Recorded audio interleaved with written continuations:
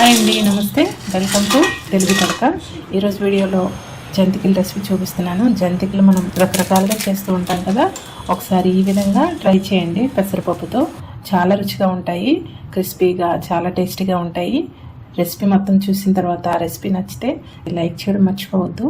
ముందుగా ఒక బౌల్లో పెసరపప్పు 1 కప్పు వేసుకొని నీళ్లు వేసుకొని ఒక 2-3 సార్లు కడుక్కొని మళ్ళీ పప్పు మునిగేంత వరకు నీళ్లు పోసి ఈ పప్పుని ఒక అరగంట పాటు నానబెట్టుకుంటే సరిపోతుంది. అరగంట తర్వాత ఈ పప్పుని కుక్కర్లో వేసుకొని పప్పు మునిగేంత వరకు నీళ్లు వేసుకొని మీడియం ఫ్లేమ్లో ఒక 3 విజిల్స్ వచ్చే వరకు ఉడికించుకోండి.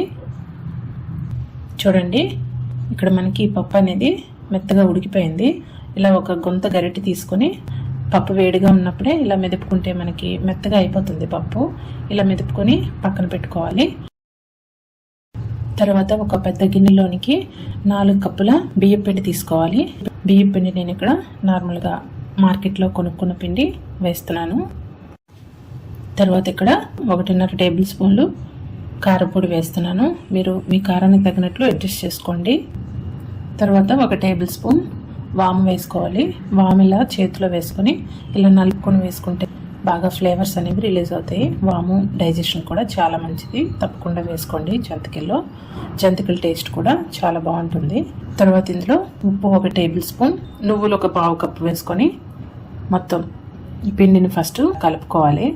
మొత్తం అన్నీ కలిసేట్టు కలుపుకొని ఇప్పుడు ఒక 2-3 టేబుల్ స్పూన్ వరకు వేడి నూనె ఇలా వేసుకొని ఒకసారి పిండి మొత్తాన్ని స్పూన్తో కలుపుకొని కొద్దిగా చల్లగా అయిన తర్వాత పిండిని బాగా నలుపుతూ కలుపుకోండి. బాగా ఆయిల్తో పిండి మొత్తం మాయిశ్చర్గా తయారవ్వాలి.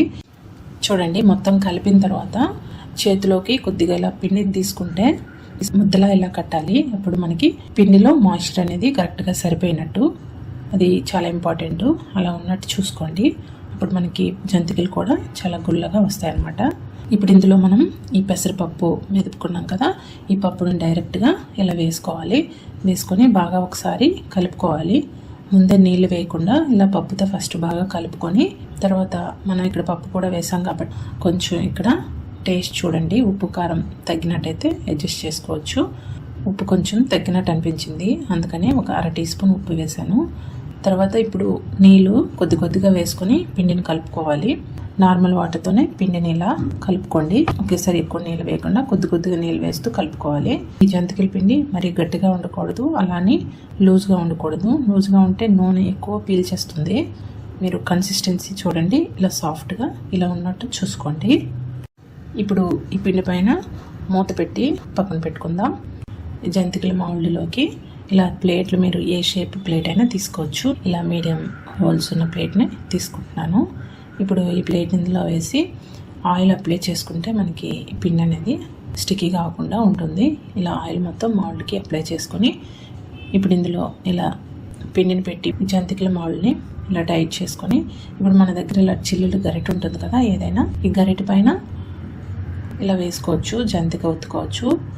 మీరు ఎక్కువ క్వాంటిటీలో జంతికలు చేసినట్టయితే ఒక కాటన్ తడిబట్ట తీసుకొని దానిపైన జంతికలు మీరు ఎన్ని కావాలంటే ఒక వాయికి సరిపోయిన జంతికలు దానిపైన ఒత్తుకొని మీరు ఒక్కొక్కటిగా ఆయిల్లో తీసి వేసుకోవచ్చు. ఇప్పుడు డీప్ ఫ్రై కోసం హీట్ చెక్ చేయడానికి చిన్నగా ఇలా పిండి ముద్దను వేసుకొని చెక్ చేసుకోండి. నూనె ఎక్కువ వేడిగా ఉండకుండా మీడియం హీట్లో ఉంటే సరిపోతుంది. ఇప్పుడు ఒక్కొక్కటిగా జంతికలుగా పక్క నుంచి నెమ్మదిగా వేసుకొని ఒక జంతికి వేసిన తర్వాత కొంచెం అది ఒకసారి పైకి తేలిన తర్వాత రెండో జంతికిని వేస్తూ ఉండండి. అలా వేయడం వల్ల మనకి ఆయిల్ అనేది చల్లగవకుండా టెంపరేచర్ అనేది మెయింటైన్ అవుతుంది.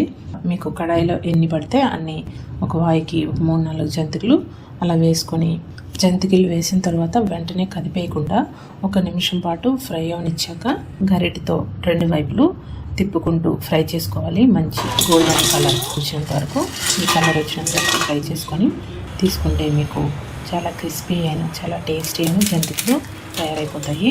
ఒకసారి ఇలా పెసరపప్పు వేసి చేయండి, చాలా బాగుంటాయి జంతికలు. వీడియో నచ్చితే లైక్ చేయండి, షేర్ చేయండి, సబ్స్క్రైబ్ చేయడం మర్చిపోవద్దు. Thank you so much for watching. Bye.